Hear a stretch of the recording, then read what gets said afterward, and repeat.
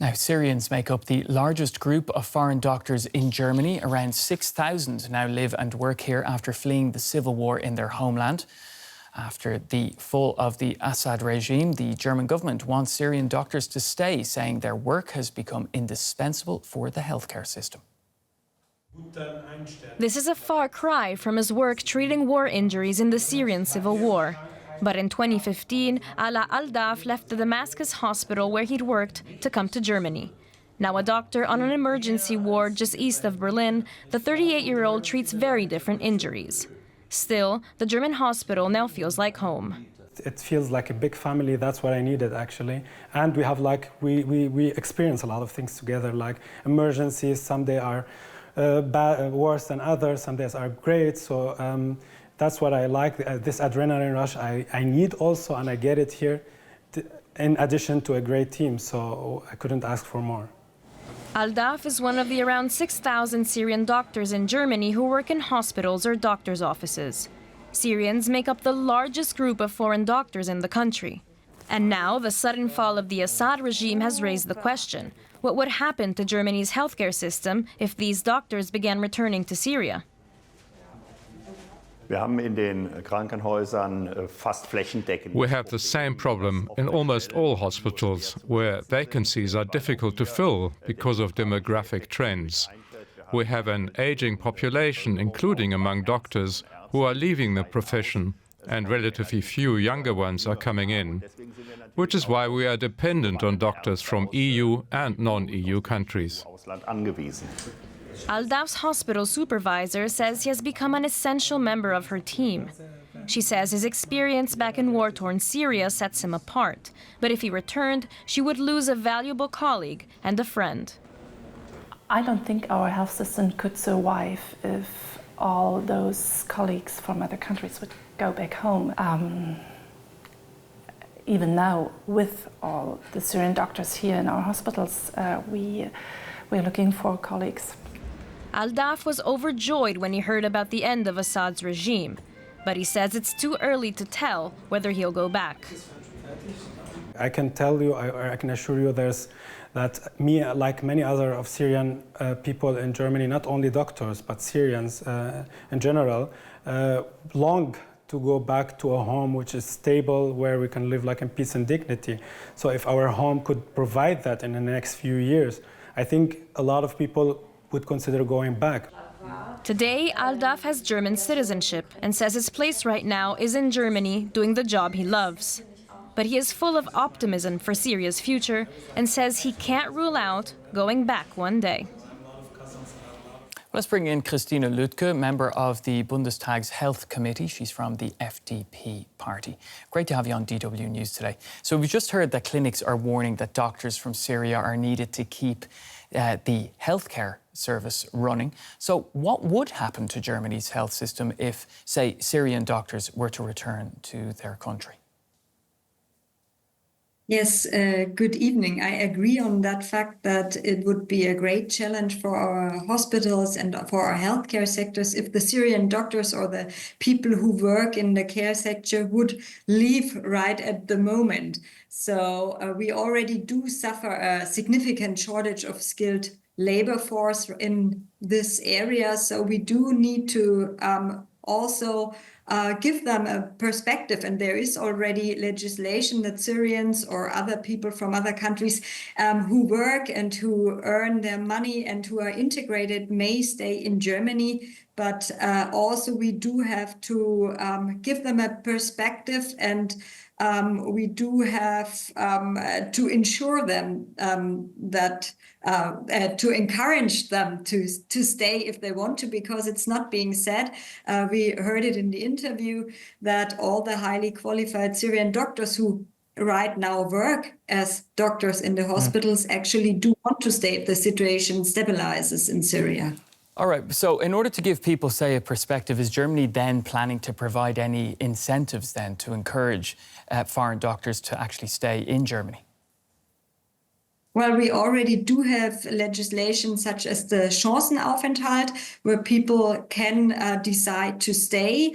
And if they do have a work, if they do earn the money, if they are integrated, they are allowed to stay, but they do have to take those chances. And yes, well, in the health sector, we do have the general problem. We have to ensure good working conditions, and having the focus on migration, it is always the overall aim to make it more easy to migrate into a workforce or into our labor market and not into welfare and the social security system. So we do have to find incentives here that people have easy ways to migrate to Germany to work and not to live on citizens' benefits. Now, we heard earlier that Germany is facing demographic challenges amid an ageing population, including among doctors in the German health system. So are doctors from other EU countries and non-EU countries essentially the only solution to deal with that situation? Well, there are different solutions which all have to be counted in. It's the doctors from foreign countries, international or European countries, but we do also have to work with the people who already live here, who already work in that sector. We have to work on the prevention of health issues. For example, in the care sector, we do have to ensure good working conditions. And we do have to also invest in digital ways.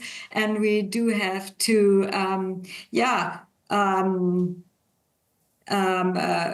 make it easier also to work in the healthcare system, given all the different documentation you have to fill in and to sign in. So this is something that makes the working conditions not really good right at the moment. So we do have to actually work on that people want to work in the healthcare sector as doctor or as nurse. And then maybe this is a perspective for the whole society.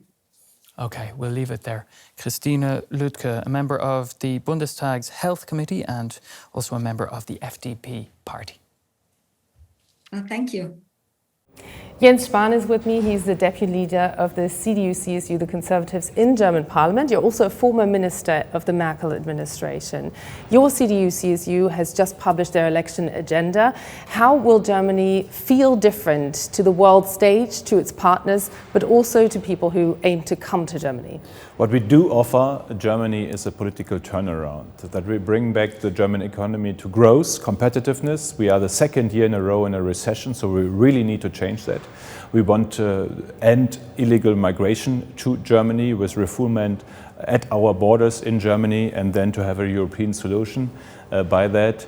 We want to get back to affordable and secure energy supply here in Germany, since we do have big problems there as well. So the offer is a real political turnaround with Friedrich Merz as a new chancellor. So a completely different direction. At the same time, you've made headlines here in Germany by instantly putting a proposal on the table to pay Syrian migrants who are willing to return 1,000 euros. What's your intention, and what do you make of the debate here, where many experts say Germany can't afford to lose many of these people?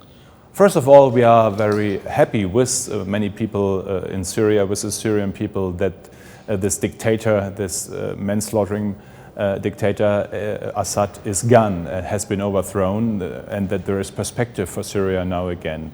You have to see Austria and Germany have taken 75% of all refugees from Syria that have come to Europe here to give protection. But of course, if there is change in Syria, there are some questions coming into mind. First of all, we want to help support those who want to go back to Syria, to building up the country again, that they get support by the government. Second, we need to stop all the programs that take Syrian refugees to Germany, since we have to wait what's going on there, how it develops.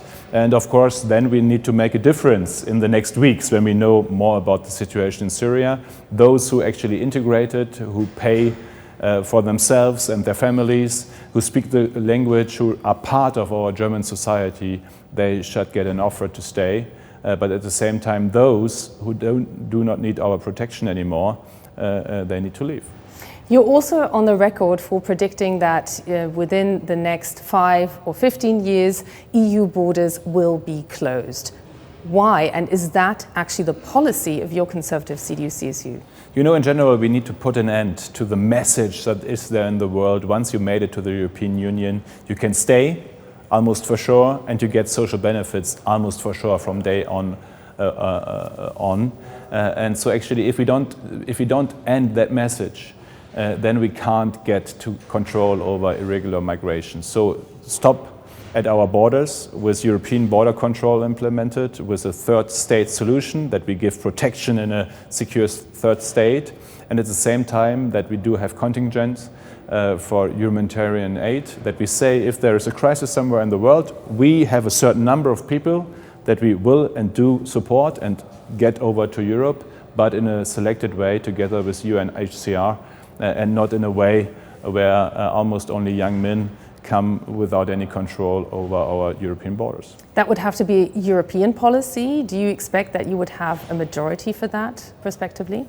Yes, because in Poland, in France, in Denmark, in Austria, and almost Italy, almost every European country, that is one of the biggest topics for the people, one of the biggest problems to solve. And there are initiatives right now, these days, taking place. Denmark, Austria, France are waiting for Germany actually to join them in their approach to change European law, European policies on this. Right now, Germany is just silent. So that is one of the many reasons we do need a new government, a new chancellor, to bring back leadership on this issue as well. Jens Spahn, Deputy Leader of the CDU-CSU Parliamentary Group, thank you very much. Pleasure.